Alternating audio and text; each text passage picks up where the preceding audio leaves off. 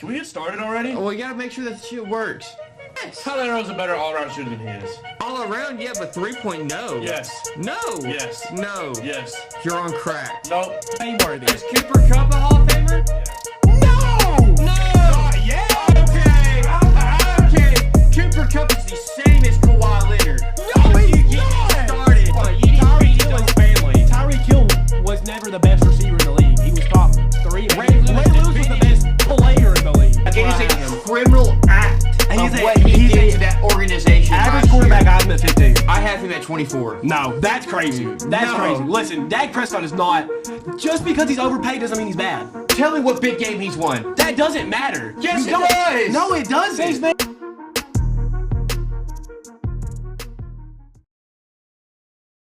Welcome back to the Through the Lane podcast. It's just me again. I think I'm going to try to get all the guys back together after the new year.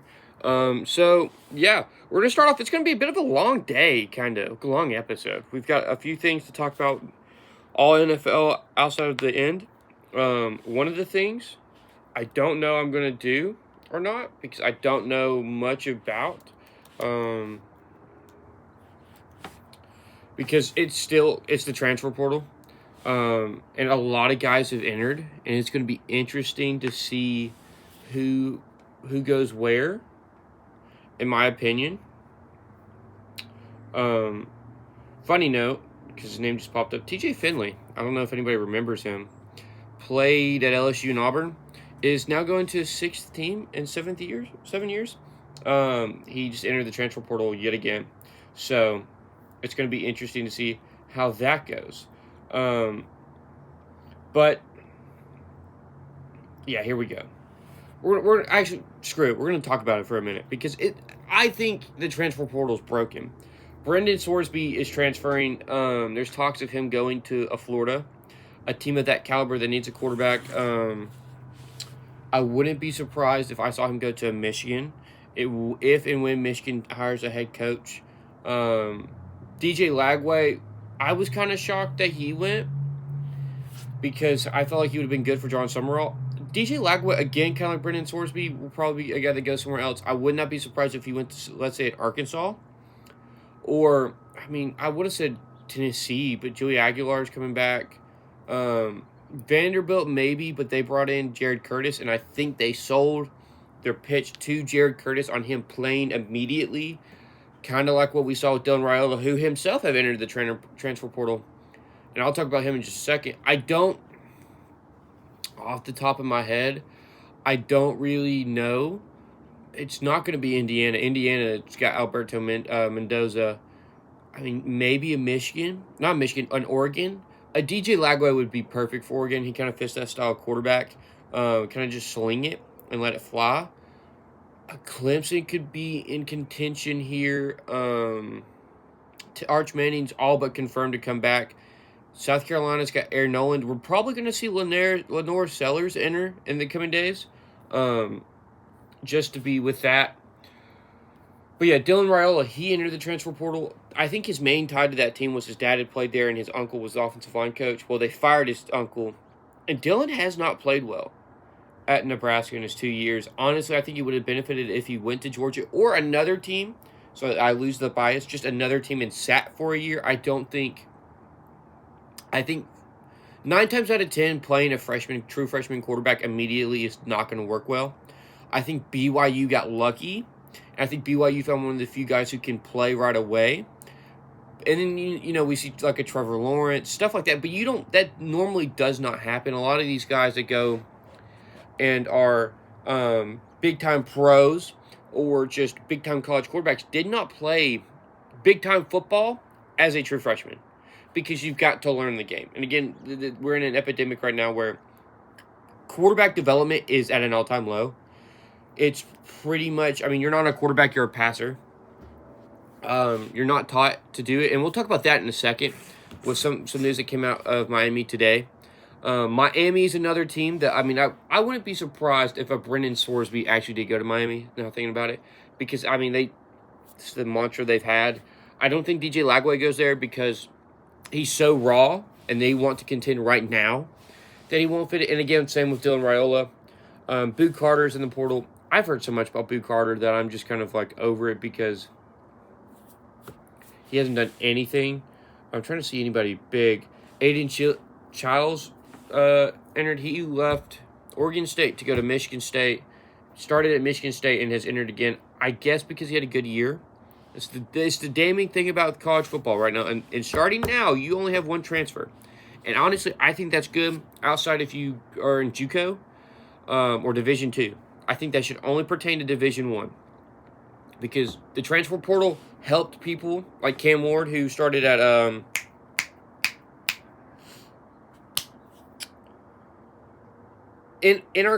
Incarnate Ward. That's who it is. Incarnate Ward transfers to Washington State and then transfers to Miami and becomes the number 1 overall pick. If he had that one transfer rule, he probably would have been stuck at Washington State. And I know when he was at Washington State, he was a projected 5th round pick, right? So making that jump from a 5th round to a 1st round, just because he was so raw and he didn't, a lot of questions of competition. Then he goes to Miami.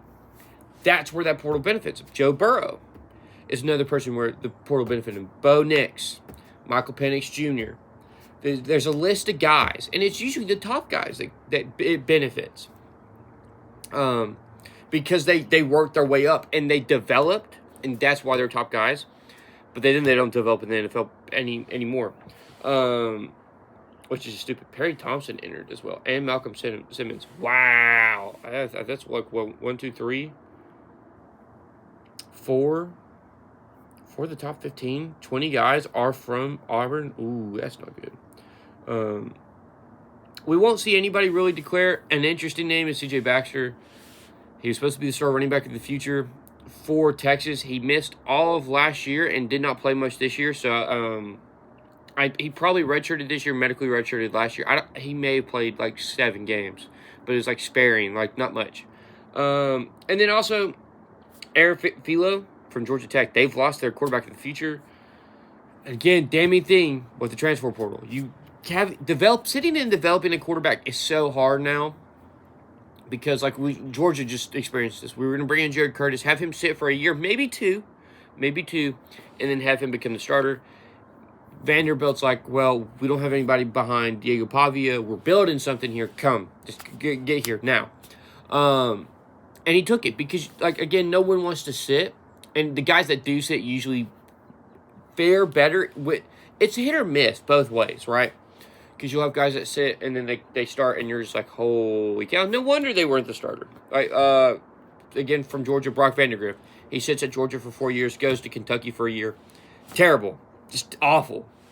So you see that. You see that. Another side of sitting and doing well, Bo Parabola transfers to Missouri and falls out. So, again, that'd be another thing. Oh, dang. Daniel Harris did enter the portal.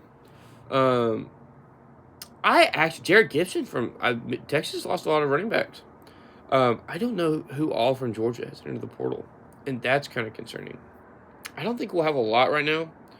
Unfortunately, the portal keeps going through the playoffs. I'm going to go through. Oh, okay. 2 guys. That's not bad. But yeah, that's a quick detour, just highlighting guys that have gone. I'll talk about more when we get guys that commit. The portal's such a tricky thing, dude. Like it's just anything that can change it. But on to the next. We're going to talk about NFL football here.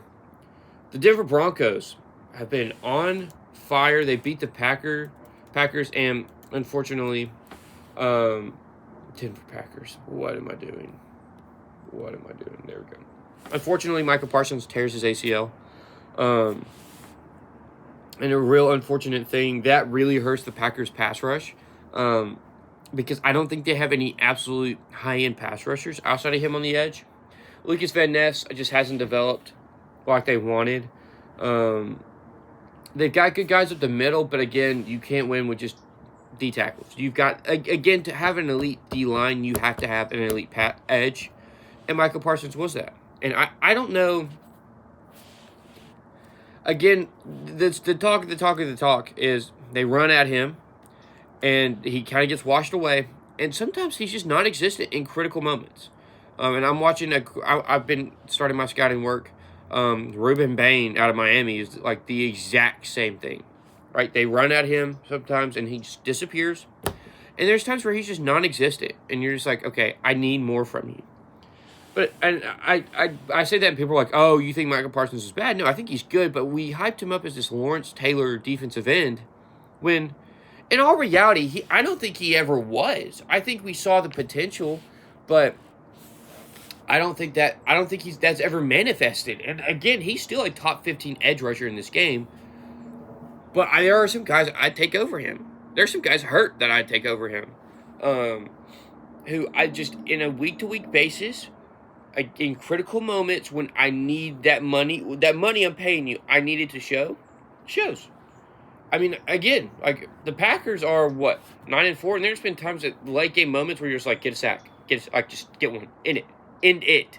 Like against the Bears. End it. Like, come on. Well, the Bears had a good offensive line. So, I'm paying you, $40-something million? Get after it. Like, pin your ears back. This is where you make your money. And Michael Parsons, unfortunately, is hurt. I'm just tired of people saying I don't like him. The Packers are a weird offense, though. So I really... On to the Broncos. I don't want to get started on the Packers. Bo Nix is heating up. Bo Nix is a game manager. And I think he's a damn good one. I would like to see more from the running game. All right, R.J. Harvey, 3.4 yards a carry. His longest carry was 8. It's not really inspiring. They're kind of beat up in the running back position. But, man, is Bo Nix just clutch? I mean, like, Troy Franklin, who's finally developing, had 85 yards. Cortland Sutton, one of the more underrated receivers in the game. I think he is solidified himself as a true number one receiver. Had 113 yards.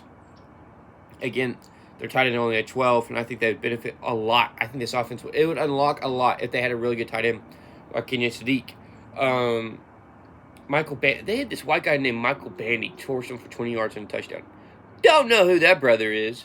I was watching that game like, who are you? And then little Jordan Humphreys. This guy just appears out of nowhere. I think he was somewhere else to start the year.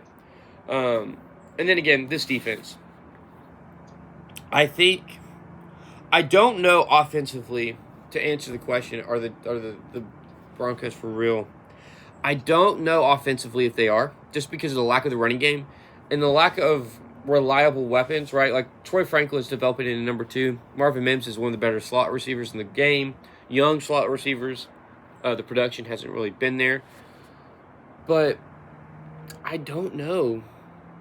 Yeah, he only has 226 yards. What is happening? Why? He had 300. Doesn't have his stats from last year. That's gay. But I don't know offensively, just because the lack of their running presence is going to be a bit of a problem, and they're just going to take it away.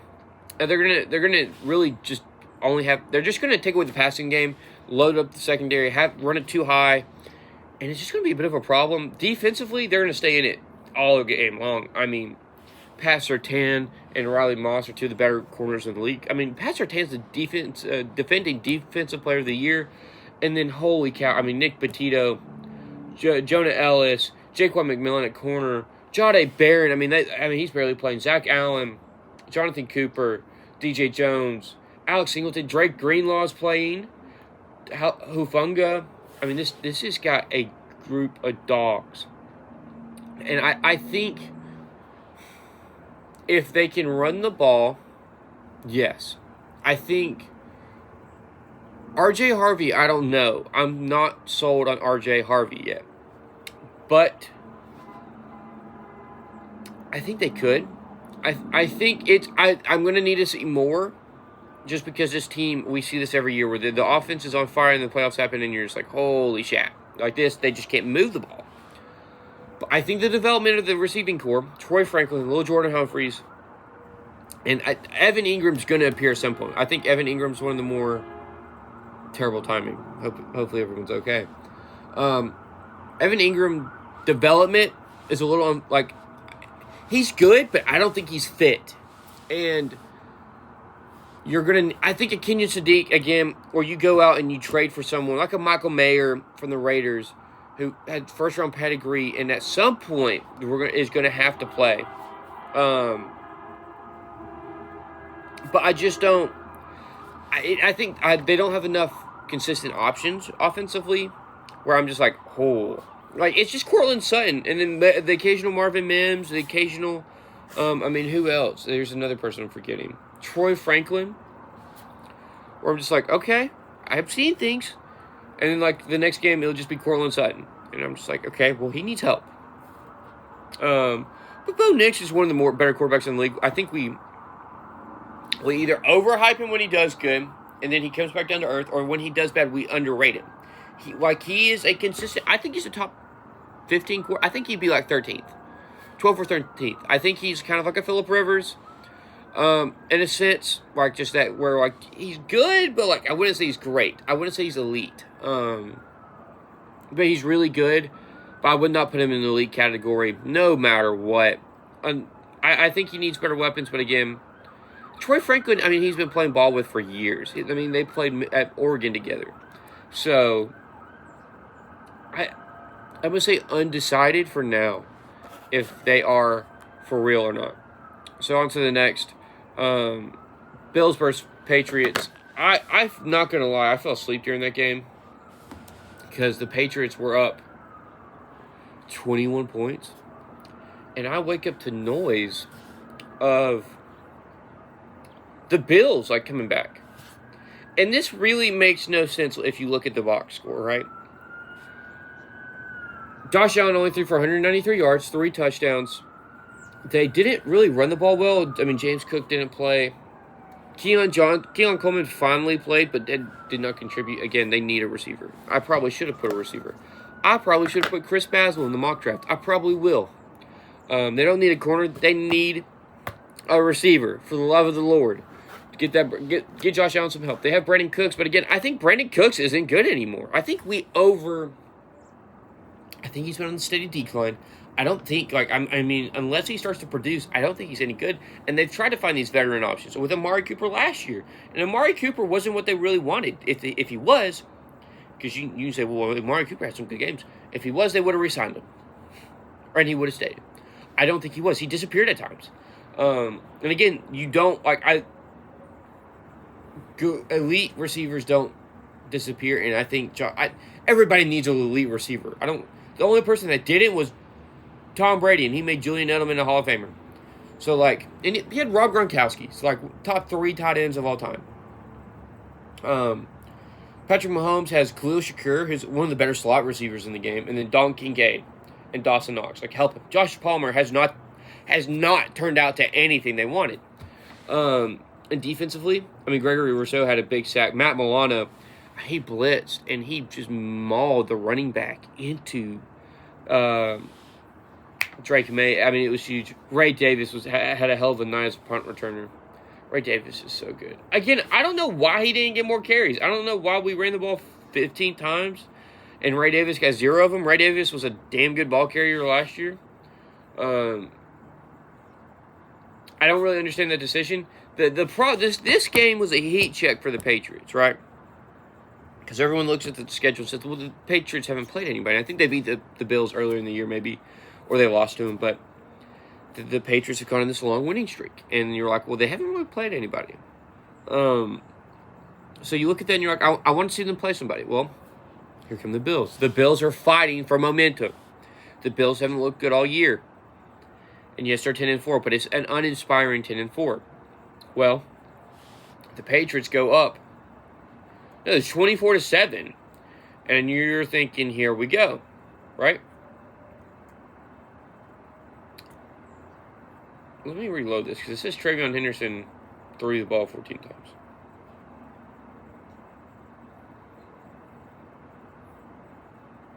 Okay, Drake May's not on this. Marcus Jones is returning punts now? What? So it's not going to show me Drake May's stats, and that's going to piss me off a little bit. But Travion Henderson had a hell of a game. 14 carries, 148 yards. He was averaging 10.5 carries per game, 2 touchdowns. They've got a running game now. And they've got an offensive line. I don't know if Jared Wilson or Will Campbell are back yet. I didn't see that part yesterday.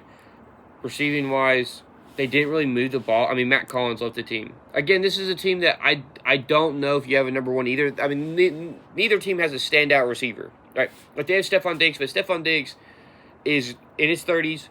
He's coming off a torn ACL. Like, it's not the Stephon Diggs we saw with the Bills. It's not the Stephon Diggs we saw with the Vikings. It's just not. I think it's Stephon Diggs who's a good number 2, and you need a number 1.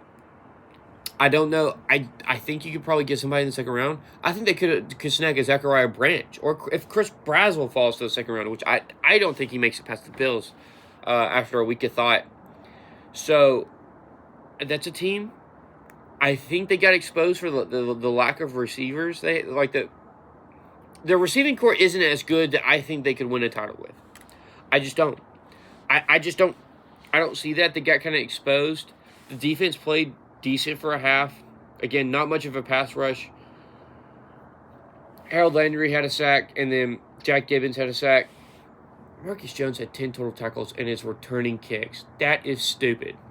I mean, Christian Gonzalez, this is a good team. I mean, the Bills and Patriots was an all-time great. Jalen Hawkins, former Falcon, had 11 tackles. Had a boy.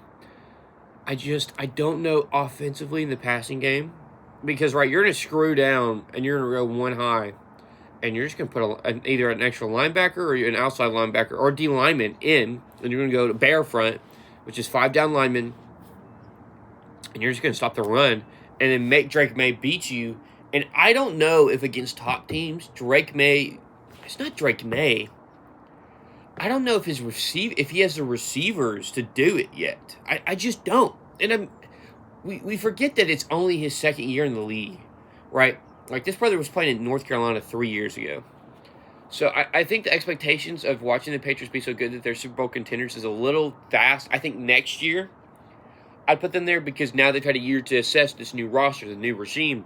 They don't have a lot of holes. Again, the holes I would say would be high-end talent. They don't possess a high-end pass rusher, right? Like, Harold Landry's nice.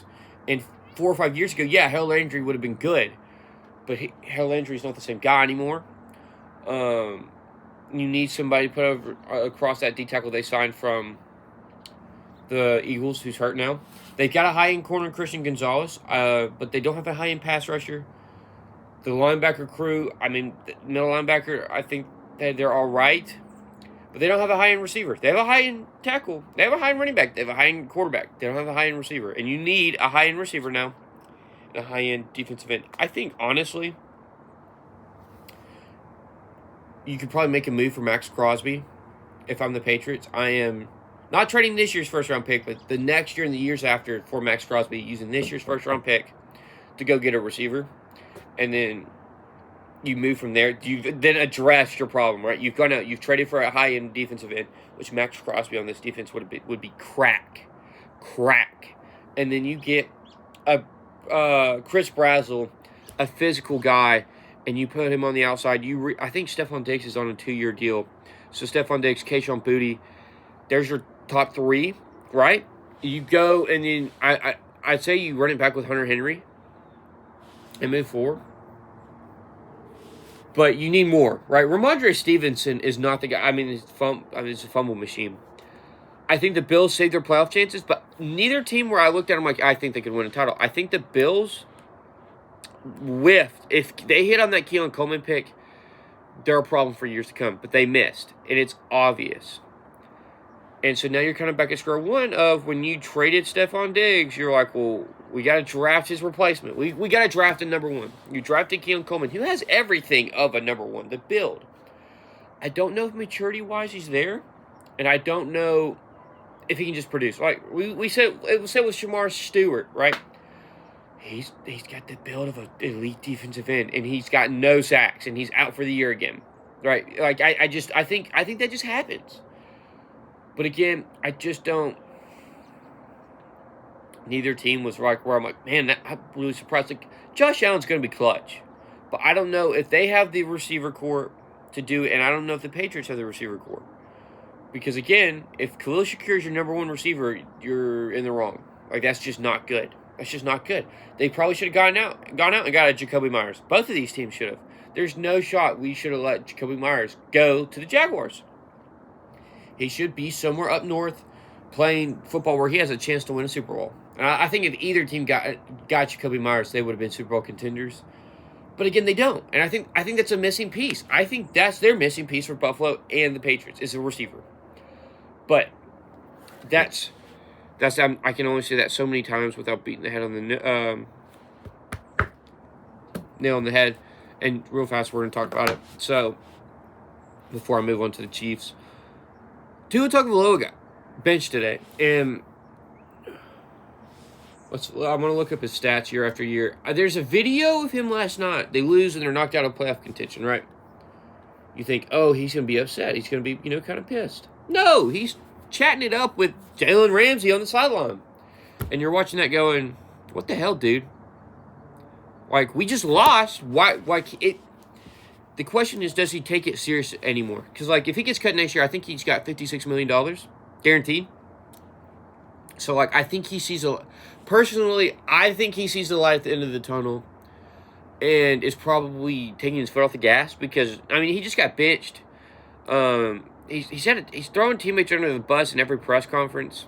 It's just not good. I mean, it is just not good at all about how he's handled himself.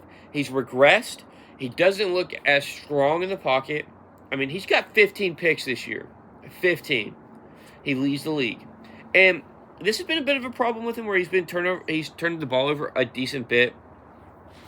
But the last 2 years, man, I mean, last year he completed 73% of his passes. He has a high completion rate. His completion rate over his career is 68%. But I mean, we're looking at 84 passing touchdowns to 54 interceptions. So many turnovers. I mean, like, where's... 120 touchdowns to 59 interceptions. What was I looking at? Oh, that was his career long. So it's almost half. But again, like, he's got 20 touchdowns, 15 interceptions this year. The 2023, he was an Pro Bowl. He was an All-Pro, and it was 29 passing touchdowns, 14 interceptions. That's just bad. That's a conversation for another day. The Pro Bowl and the All-Pro.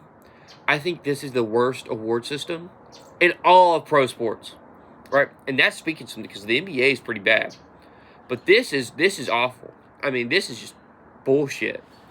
Yes, he led the league in passing yards.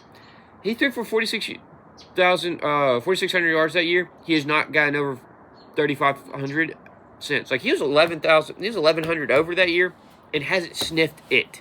I mean, that's a big gap. And again, he turned the ball over. He had 14 interceptions. He's never had more than 29 passing touchdowns. I'm looking at this going, man, and they were 11-6. Like, man, I don't think he's ever been good. I think it's kind of like the Trevor Lawrence thing, right? Where we look at him and it's kind of like Sheduar, where we look at him and we're like, there's the potential. There's the potential. And then you're like, well, yeah, but no. Like, we're grasping at straws here because we want to see him succeed so much that we're not looking at in reality. And we'll talk about Sheduar Sanders. And next week I'll talk about Trevor Lawrence. But I mean, again, too many turnovers. And he doesn't look like he's taking it serious anymore. And this is a team that fought and clawed. They were 6-7. They needed to win, and they did it. And not only did they lose, they kind of got whipped by a Steelers team that, I mean, is not inspiring at all. It does not scare anybody. And this was a game that both teams needed because the Steelers needed it to show that they were legit, to stack wins, and the Miami Dolphins needed it. They were pretty much in an elimination spot week in and week out, and they fought their way in it, but to lose in the fashion that they did, and then to just be so lackadaisical afterwards, it's just embarrassing. I personally think he's probably out of the league. I think what he's done this year, and it's probably going to get worse, keeps him out. I think he might make it for another year on another team if he gets cut by the Dolphins. If I'm the Dolphins, I'm hitting full rebuild mode. I'm trading guys for picks. Devonta A. and Jalen Waddle. Jalen Waddle's a guy, if I'm one of the teams, the Patriots, the Bills, if the Patriots want to make some moves, they could probably acquire Jalen Waddle for a third-round pick. And then you move your first-rounders for Max Crosby. And again, or if you're the Bills, you make that move. But I honestly think the Miami Dolphins tear it all down. I don't see a place where you can keep moving on as an organization like this, because that'd be malpractice. That would be blatant malpractice as an organization to keep doing that. But next up, the Chiefs. And man, Patrick Mahomes is hurt. He tore his ACL. And I'm a Chiefs hater, right? But I recognize that they're a good football team. They're a great franchise. I mean, that GM, what I want to do is become a GM. That GM is probably one of the best GMs in the league right now. So, yeah, that. But, like, it's just this roster's bad, dude. I mean, the Rashid Rice is, I mean, he got thumped again by, like, what, Tony Jefferson got whacked. And the memes are coming out about that. But again, like, Xavier Worthy, I mean, unless you hit him for a bomb deep, I mean, he's non-existent, right? Or you put him in a gadget play and he just gets in space. Travis Kelce, I mean, can only do so much for you. Juju Smith-Schuster is old and just bad. Hollywood Brown, I think he tore his ACL, has never been the same since. And then Rashid Rice, I just don't know if what we saw early last year, is who he is long term. And then defensively, the secondary's just got back. Brian Cook, I mean, he's all right. Trent McDuffie, I mean, because they kind of had to do this a few years ago. They lost in the Super Bowl, and they kind of had to retool. And they got young. And they looked good. Because that's when you got Trent McDuffie, Justin Watson. They brought in George Karlaftis, I think, the year after. But linebacker, D-line looks old outside George Karlaftis. But George Karlaftis has struggled. I mean, Charles Omenihu had 2 sacks, but like you're looking at your auxiliary guys. Chris Jones he did not play, and the defense was non-existent, right? Like that, the defense just was not there.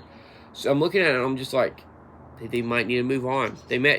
I think this is where we're going to see a slight rebuild. I think it's going to be like what the Celtics did, or they're just going to get rid of their high-priced guys. They're older, move on, and then get some draft picks and just bring in some young guys and build them up. And then they're going to suck next year, get a high draft pick. I mean, they're going to suck this year. And again, Jeremiah Love would be my go. I mean, again, they haven't had a true running game in years. They've had timely running backs where Isaiah Pacheco's come up with a timely run, but they haven't had a 1,000-yard rusher yet since Mahomes has been there. And that's a problem. And with Mahomes struggling with his deep ball accuracy like he is, I mean, let me see if I can find if it's on here. I mean, his passing, so he led the league. Okay, this is his stat. 2022, he led the league in pass successing with 54.6%. This year it's 47.9. The year before was 50.7, and the year before that was 48.2. It's a stark drop from what he had. His QBR has been down. I mean, his QBR in 2023 was 90. No, that was his passer rating. So he had a passer rating pretty much of 98.5 or higher, but he had 4 seasons over 100. 2023, 92.6. Not that good. 2024, a little bit better, 93.5, and this year, 89.6. Again, he's just not played well. And this year, he's had 22 touchdowns, 11 interceptions. Picks have been a massive thing. It's like, as he's gotten in his career, turnovers. Or he tends to turn the ball over a decent bit. Right? But he gets you with, 41 touchdowns or 50. But since his last MVP season, he's not thrown for more than 30 passing touchdowns.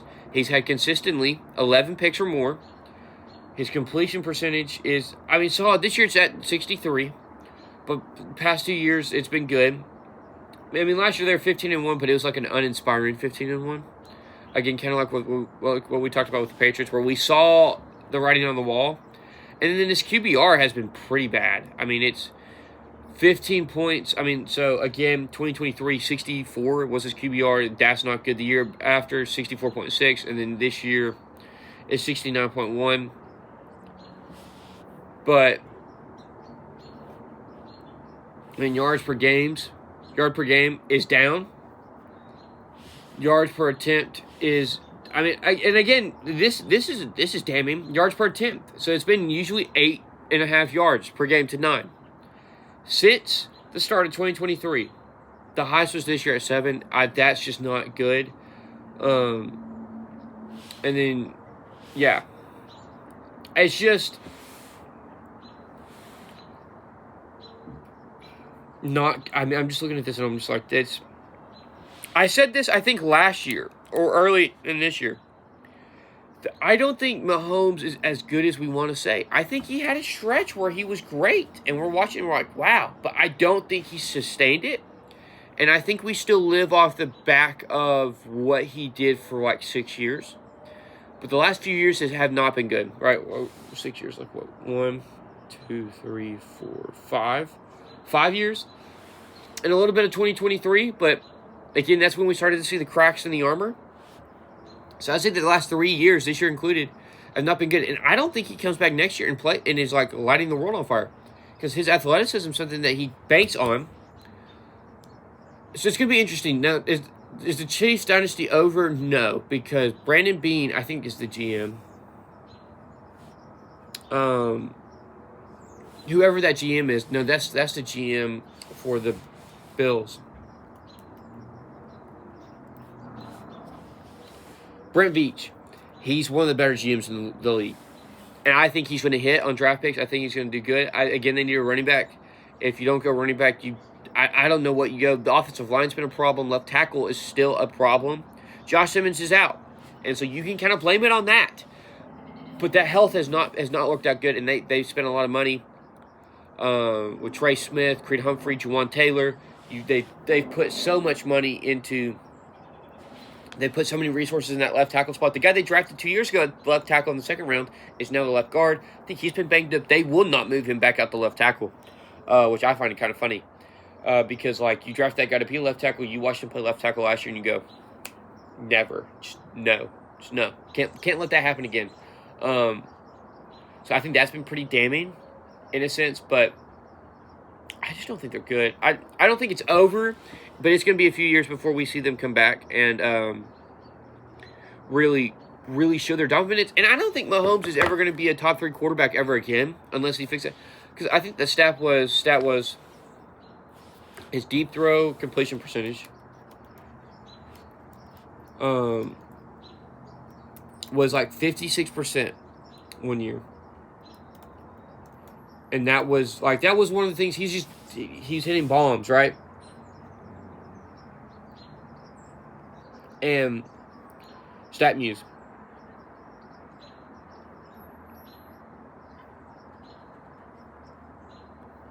I want to find Patrick Mahomes. He ranked in stat muse. He ranks 20. Yeah, he's 22nd in the league in completion percentage. He's tied with Justin Fields.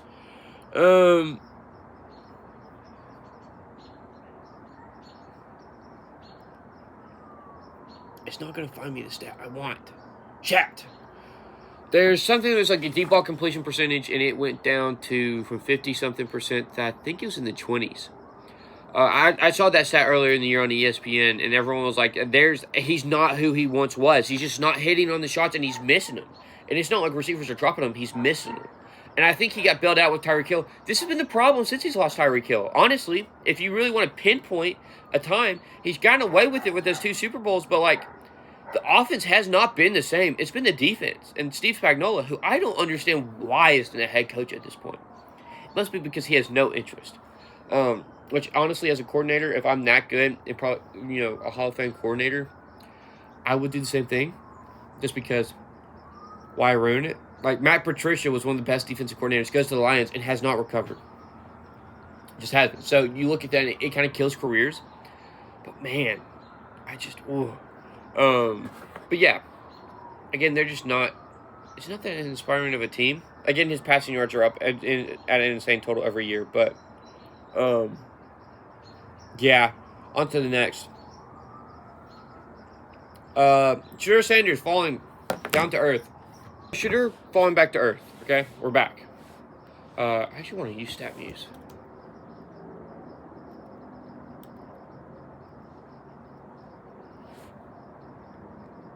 Let's back it up. Back it up.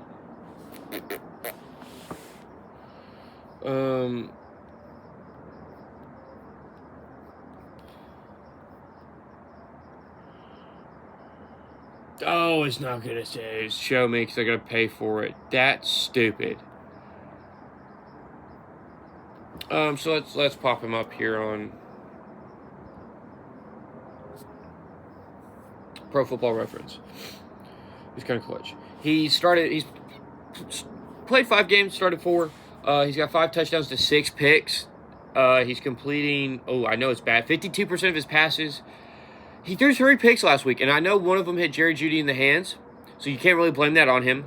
But there was one where you're just like, brother, where are we throwing that ball? And it's just, he's kind of forcing it. I don't think he's taking checkdowns. And again, this is the thing, because last week I didn't talk about it because I kind of just bit my tongue because I was like, this isn't going to last long, and it was just going to be a thing, and I don't want to talk about sheduar every week. But, like, he threw for 350 yards against the Titans, dude. It's 4 games. He started 4 games, and he's yet to eclipse 1,000 yards, right? And again, yes, he's a rookie quarterback. But as well, 52% completion percentage? I mean, that's not a bad... there are worse receiving cores in the league than the Browns right now.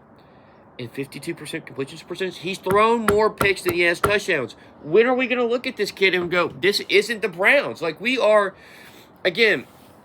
When I look at Sheduar Sanders, I take the back off the jersey. I take the name off the back of the jersey. It's just a quarterback, and he's a 5th-round pick who's playing, right? Who I think, if you look at it through that lens, is not doing bad. I mean, he's won him a few games. Like he's won some games. There's stuff there. And again, when I talk about Sheduar Sanders, I don't think he's out of the. I don't think he doesn't deserve to be in the league.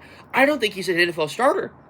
I don't think this notion of, well, everybody's just hating on the league's out to get him. No. Look at his stats. Please, be my guest.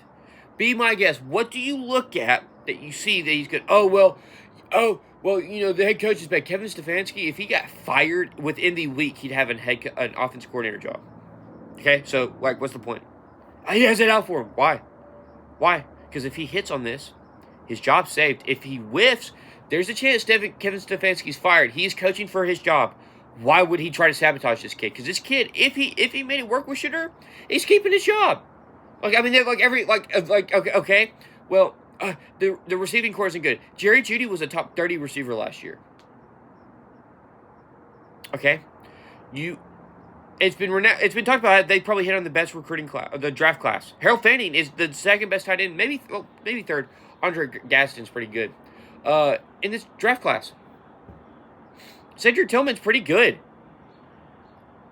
And by the way, you have 2 really good running backs in Hampton Sampson and Junkins.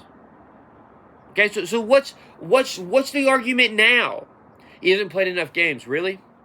I remember 2 years ago, when Will Levis took over for Ryan Tannehill in the second half of the season, we did the same damn thing. We saw 4 games and we went, that's enough. That's the quarterback of the future for the Titans.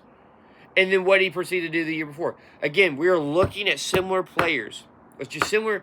I just think play styles. They're trying to do too much because they've got this ego of, I've got to prove it now. No, just let the game come to you. I think Sheduar Sanders is going to be a wonderful backup. He's going to make a lot of money. He doesn't need that money, but he's going to make a lot of money.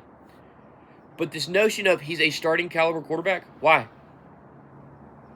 What are you seeing that I don't? Because he's missed Jerry Jeudy on some deep balls. He holds the ball too long. He's been sacked 13 times already. He has 33 first downs. Oh, that's cool. 5 passing touchdowns to 6 interceptions. He's turning the ball over more. And it'd be different as 5 touchdowns to 4 picks, right? Like, okay, we'll give that away to you. He threw 3 picks last week to the Bears. Now, the Bears are taking the ball away from everybody. But in that case, check the ball down more. And we talked about this. We praised Sheduar Sanders because I think last week, recently he had a 66-yard running back screen. Touchdown. 66 yards. We praised him for it. Everyone's like, oh man, that's so good. Did you see that 66-yard pass or whatever? On ESPN they did. And I mean, it's more mainstream media that I hate, and then some people you talk to, and it's because of his name. It's because of what he did at Colorado. But it's like, what you do in college does not translate over. If that's so, Stetson Bennett would be running the league right now. Like, like it's just that Tua would be running the league. Bryce Young would be running the league. Like, there's levels to it. And I don't think people understand that. So, you look at it, and it'd also be different for Sheduar if he's completing 62% of his passes and he's got more picks. Like, okay. He's completing passes, he's just missing a few throws. No, he's completing barely more than half of his passes. That's not good. That, like, Mahomes is completing 62.7, and we're looking at, like, Caleb Williams is not. I mean, let me look up Caleb Williams, because we're talking about, people are talking about Caleb Williams, and, like, maybe he's just not there. Maybe Caleb Williams, might not be as accurate as we once hoped, and I think he's in the 60s. ESPN has him. So, looking at that, he's completing 58% of his passes. And we're dogging on him. 58% of his passes in 14 games. And we're not dogging on Sheduar Sanders. Like when Sheduar does bad, it's not Sheduar's fault. When Sheduar does good, it's all Sheduar. That's just not how that works. We are trying. It was like with the Chiefs, and I think now with Mahomes going down, we finally sat here and go, man, the Chiefs were really bad. No shit. They've been bad all year. They're 6-8. Like, they probably won't have a winning season. They may have a top 10 pick. Which, if so, holy cow, they probably could address receiver right there. But then, Sheduar, because it's the whole year. I mean, I've seen some people already after 3 starts where people were saying that they don't need to get another quarterback. Why? I think last week he was completing 56% of his passes. Does that inspire you? That doesn't inspire me. I'm not seeing accuracy. I mean, yes, 3 turnovers, right? So you had 5 touchdowns to 3 picks, okay? That's not inspiring, though, when he's completing 56% of his passes. Like, we're doing this dance with him. We're grasping for straws. Just little things. And it's like, if you look at this as a whole, if we looked at it, right, and it was a blind resume, and you look at that, are you thinking NFL starter? No. I mean, Jackson Dart. I mean, let's look at Jackson Dart here, right? Because Jackson Dart's been a little bit more chaotic. I promise you, he's been better.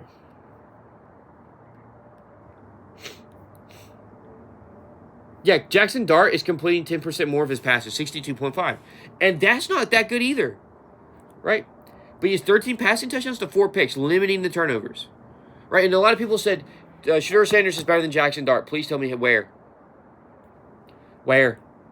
I mean, I'm seeing a guy that does not turn the ball over. Sheduar Sanders in 4 games has more picks than Jackson Dart. How? Like, that's just not possible. And they almost have the same amount of sacks. And Jackson Dart started twice as many games. Jackson Dart's been sacked 24 times. Sheduar's been sacked 13. Okay? So, again, when we're looking at this, I don't understand. We're grasping it. You take the record away from it because a record, when you look at a win-loss record, that doesn't tell you the full story. 6 picks, right? We did this last year because, Will Levis, 3 for 4 touchdowns. Again, this is Will Levis all over again. And I feel like if this keeps up the week on and off, but it's either he's good or he's terrible, and there's no medium. And you look at that and you go, that's backup behavior. Like, that's what you get out of backup. And again, as a 5th-round pick, that's not bad. Because a lot of 5th-round picks don't make it past a rookie deal. So if this kid can get a career as a backup, get him going. But stop trying to force starter down his throat. Like, why? Just because his last name's Sanders and his dad's Dion? Okay, well, Silo's out of the league. So, we're trying to force Sheduar being good on everybody. And I just don't like it. I just don't think it. I don't think it's smart. I hate it.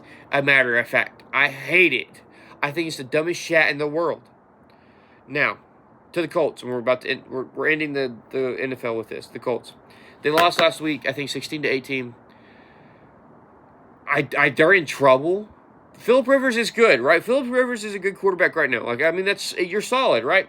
But when you put into context at the beginning of the season, everyone said Super Bowl contenders. You're not winning a Super Bowl with them. I think you have a better chance with Anthony Richardson just because Anthony Richardson has a higher ceiling. The median is Phillip Rivers. But, like, if you're just trying to hit lightning in a bottle, 5 games. I need 5 great games. I'm doing Anthony Richardson. Because I have a higher chance of hitting lightning in the bottle with Anthony Richardson than Phillip Rivers. Phillip Rivers is fat. And, yes, it's impressive what he did. I love what he did.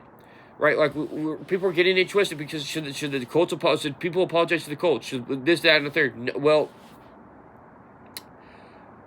no. Because it was genuine concerns. He looks big. I mean, he fell twice trying to escape the pocket. But, I mean, again, the arm's still there. They worked him out. If the arm wasn't there, they would not have signed him. Right? You're making a Hail Mary pass here, but, like, they have nobody. Like, and again, I went through the options last week. You could have signed somebody. But you didn't. And now we're looking at this like, well, where do you go from here? Like, where do you go from here? I don't think, unless you get Phillip Rivers in the game more, but I just don't know if the deep ball, I'd love to see him throw deep ball, and I'd love to see how it looks. Game deep balls. Pre-game and practice deep balls are different than game deep balls. Like, because like Jalen Milroe would be a starter right now. Anthony Richardson would be one of the best quarterbacks of all time. Zach Wilson would be a starter. But in-game deep balls, like, I need to see it, the location of it, and the zip. Is he going to hang there? Does it have some zip to it? I mean, again, Phillip Rivers is never going to run away from anybody, and he said that himself. But I just need to see, is it going to be a dink and dunk offense? If so, Tyler Warren's got to be more involved, and Jonathan Taylor has cooled off significantly. The reason why we talked about Saquon Barkley so much in last year was because it was consistent, year in and year out. Jonathan Taylor's been a no-show. When the quarterback problems arose, said, well, we got JT. I haven't seen JT. It hasn't had a 100-yard game yet, since. And, like, it was precedent. If he has runs for over 100 yards, they win. If he runs for under, they lose. Like, I need you to do it, okay? You did that lockout thing 2 years ago. Show me the money. Show me my dollars are going to a player that can win me a title. Because right now, you might not even win the conference. And that's a problem. When people looked at this division as far away the Colts. And now the Jaguars and the Texans are ahead of you, pretty much. I think it's a 3-way tie. But, like, they're third. The Colts are third. Like, I mean, I feel like they could have gone and gotten a better quarterback and had a higher ceiling. But, I mean, again, there's no way in a week you could have trained him. And again, excuse me. I get it. It's all hands on deck now. But we could have gotten somebody better. Brent Rippon could have started this week, and then you have a Hendon Hooker. A Ryan Tannehill, which, I mean, I read that he's pretty much done. Someone else come in, and I mean, Sam Ehlinger not taking the job is kind of like, what the hell? I guess after that, you're kind of fried. They wanted somebody that knew the offense because they didn't want to teach somebody on the fly, and I get that. But at the same sense, what have you done? Like what are we doing here? Like, Phillip Rivers is not going to be a backup now. And I just don't know. I don't know if it's going to work out well. I don't think they win it. Now, the college football playoffs start this Saturday. The episode will be out Thursday morning. And this is where a lot of the episode's going to go. This is going to be a longer episode. South Florida's playing Old Dominion. Old Dominion's beating South Florida. Wow. How about them apples? Can I have the thing, please? There we go. There we go. The website's kind of hard to get to. So, we're starting off. We're going to go top to bottom. JMU playing Oregon. I talked about this last week. I think JMU's going to get murdered. And really, Dante Moore, this is a game for him to highlight his NFL talents. Just let it hang and you start slinging pill. And show that you are an NFL quarterback. Because, really, this is where he's going to make his money. I don't think he jumps Fernando Mendoza unless Fernando Mendoza goes out and shacks the bed. But this shows you belong in the first round. You could ball out here in these next few weeks. They could lose next week to Texas Tech and him play well. And you look at him and be like, yeah, that's the first-round quarterback. That's the guy. Ty Simpson has the same thing in the next game we're going to talk about.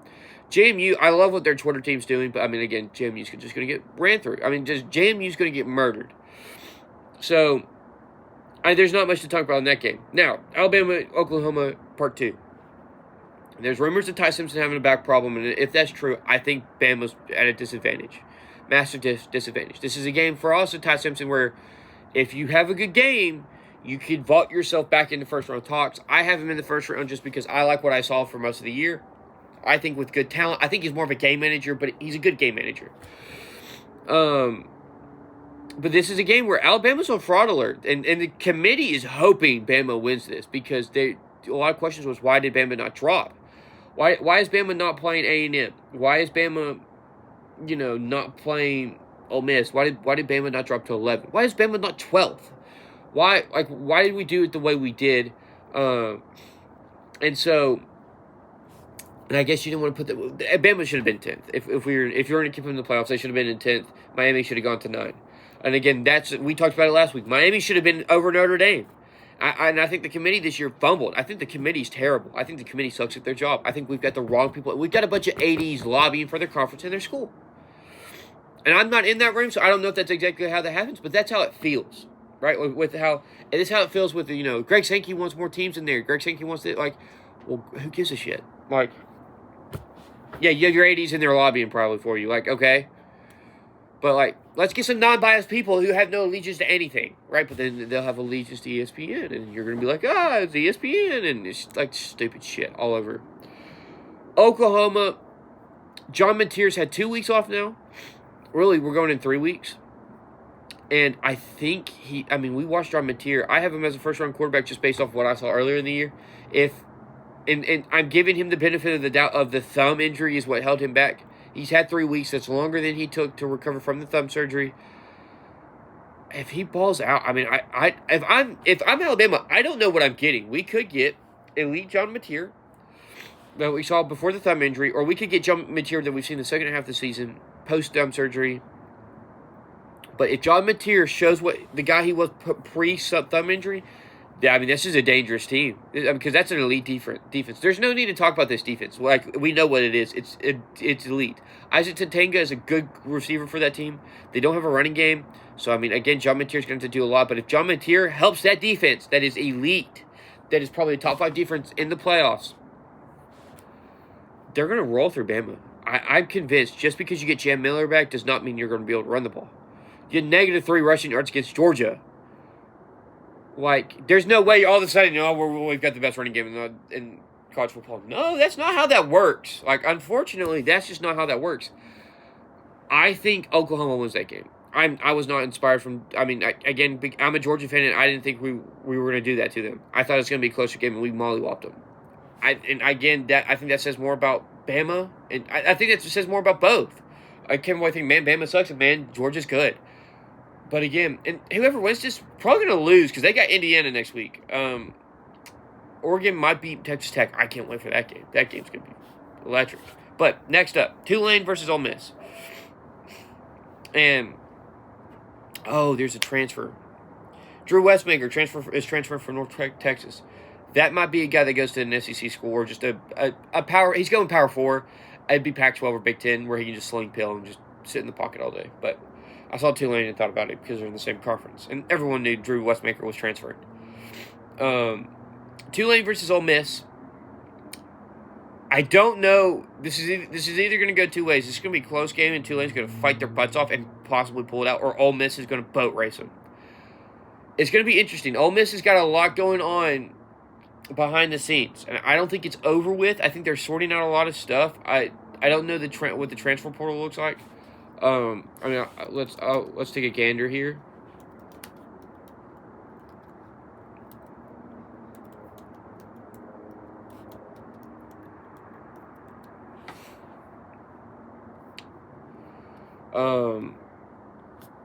The Rebel Wire. Let's see who's all left.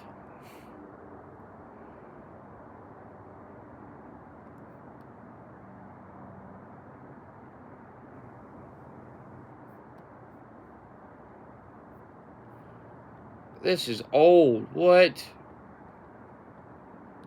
That's not right. Okay, we're not going to look at that. They're battling stuff with the coaching change.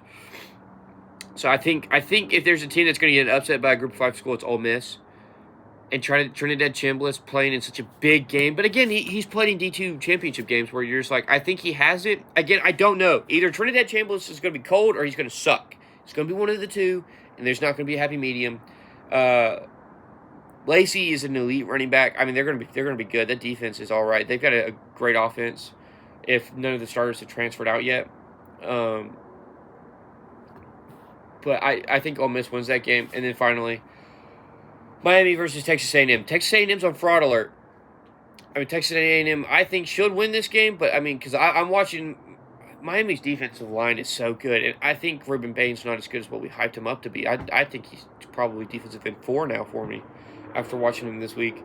And, again, this is a game for Ruben Bain and Cassius Howe, 2 top defensive ends in this year's draft who are going to make money. I mean, this is where they're going to help affect draft spots if they ball out. And I can't wait to watch. That's a noon kickoff. I sadly work the 20th. I'm recording that game, and I'm going to watch it.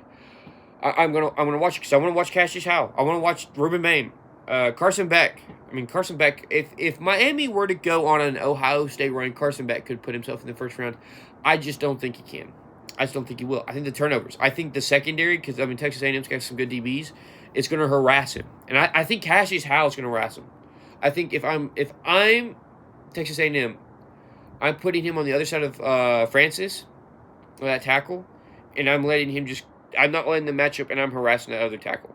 So I think that tackle probably could get beat by Cassius Howe. Cassius Howe's so fast off the line. And Ruben Bain, he's got to play well. Ruben Bain really will determine a lot for this game.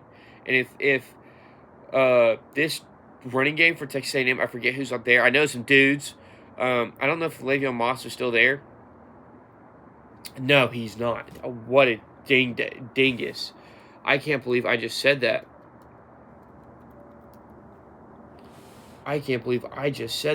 What? It's the caffeine withdrawals. No, it's Ruben Owens, E.J. Smith, and Amari Daniels is pretty darn good. He had a good season last year. I just don't... I mean, Casey Concepcion, Mario Carver. They had another transfer that he must have transferred out. He was from Texas Tech. Or no, he transferred to Texas Tech.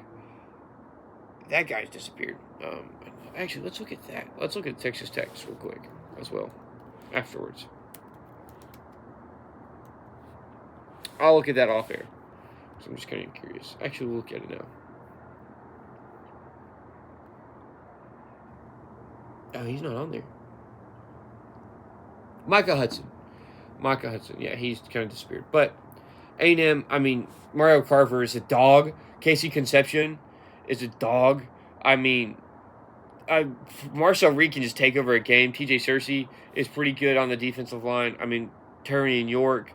Let's look at the corners here. There's somebody. Will Lee is a dog. And then again, Cassius Howe, unit of a dude. I mean, this is a defense that might feast on Carson Beck. And if I'm Miami, I'm worried. But again, Texas A&M got beat by Texas, and now they're on fraud alert because they haven't played anybody really. So, and then the one person they did play, they lost. I mean, they had the SEC in the bag. They just needed to beat Texas, and they lost, and they fell to 7. So that's going to be an interesting game. Texas A&M, Miami goes first. Ole Miss, Tulane goes second. Bama, Oklahoma should be the night game, but it is the night. No, that's Friday. Ooh, that's Friday night. Okay, I get back from Dollywood that night. Good to know. And then JMU and Oregon's, the 20th. That night. It's the night game. I think that's the terrible pick. I would have put A&M Miami at night. But that's just me personally. A&M Bama. Not Bama, A&M. Oklahoma Bama's going to be good. I think A&M beats Miami, though. But real quick, we're going to talk about the Thunder lost their second game of the year. Everybody,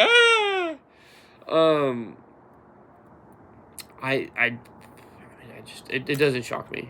Victor Wembanyama is the only. I think the Spurs are the only team, and maybe the Rockets are the only two teams that could beat the Thunder. And that's because of their size, length, and just talent overall. I think they could kind of not match them, but kind of go talent for talent. I mean, Wembanyama makes up for the whole front court. De'Aaron Fox and Dylan Harper kind of together tie. Shea together. So it's again 2 players for 1, and the Thunder are 2 players for 1. Okay, so you go one on one. I think power forward again. Jalen Williams is the better wing, but then you have. I mean, let's. I forget who's all in the Spurs. I mean, Harrison Barnes is just not a good matchup. But I know Dylan Harper's a dog. The Spurs won by 2. I mean, it's nothing like woo, but I mean, again, they won. Devin Vassell, I mean, watch out for that guy. They've got a 3-headed monster. Victor Wembanyama came off the bench instead of Dylan Harper. Dylan Harper had 8 points. Wemby had 22 and 9. And then, Devin Vassell, dog. And then Stephon Castle. So, Devin Vassell's your 2. I'd take Devin Vassell over there, too, any day, whoever they rotate through. And then Stephon Castle, I think I'd take over. Unless Jalen Williams is the 3, I'd take Stephon Castle. And, I mean, Stephon Castle's a dog. That's a fun matchup, really, if you look at it guy for guy. I know the Thunder are deeper. And I know the Thunder, I mean, Asia Mitchell now being pushed to the bench is insane. But that's just because Jalen Williams is back. Isaiah Hartenstein, or Chet Holmgren only had 17 points, 3 of 8. You needed more. Lute was 1 of 7, and then Jalen Williams was 5 of 16. But, I mean, dude, Alex Caruso off the bench, Aaron Wiggins, Cason Wallace, Asia Mitchell. They lack size off the bench, like forward depth and center depth. But, and I think that's where the Spurs could probably get them, is up front. And that's where I think the only way the Rockets beat the Thunder is just based off sheer length. I mean, they played because of such a long lineup. Where you have DTR, Ahmed Thompson.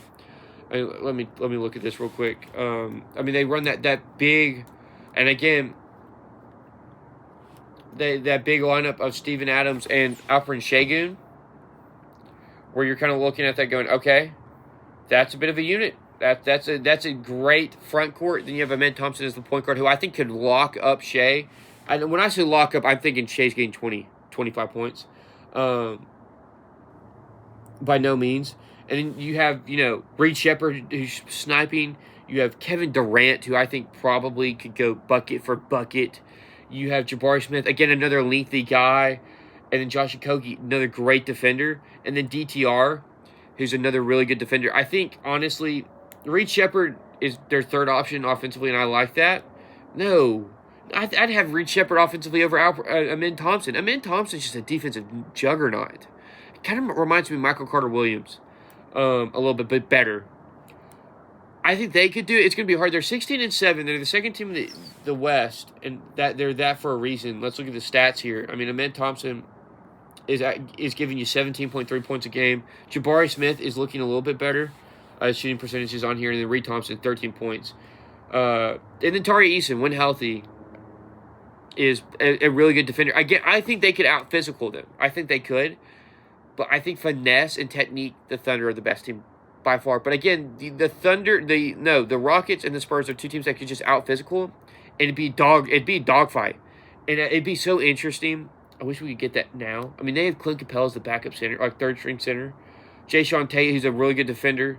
And then Josh Okogie. Aaron Holiday's a dog of a point guard, too, who's been playing kind of 9 points a game really well. Josh Okogie's scoring 7 points a game. But again, the Thunder are better. But I think realistically, those 2 teams could beat them. I mean, they're the only 2 teams. I don't think the Nuggets could beat them in 7 games. I don't think the Nuggets have the overall depth and just talent to do it. But I think it's the Thunder, or not the Thunder, the Rockets or the Spurs. But, yeah, that's all for today's episode. It's going to be a little over 30 minutes. I'll edit this tonight at some point. So, yeah, I'll see y'all next time. It should be out Friday. Or not Friday, Thursday.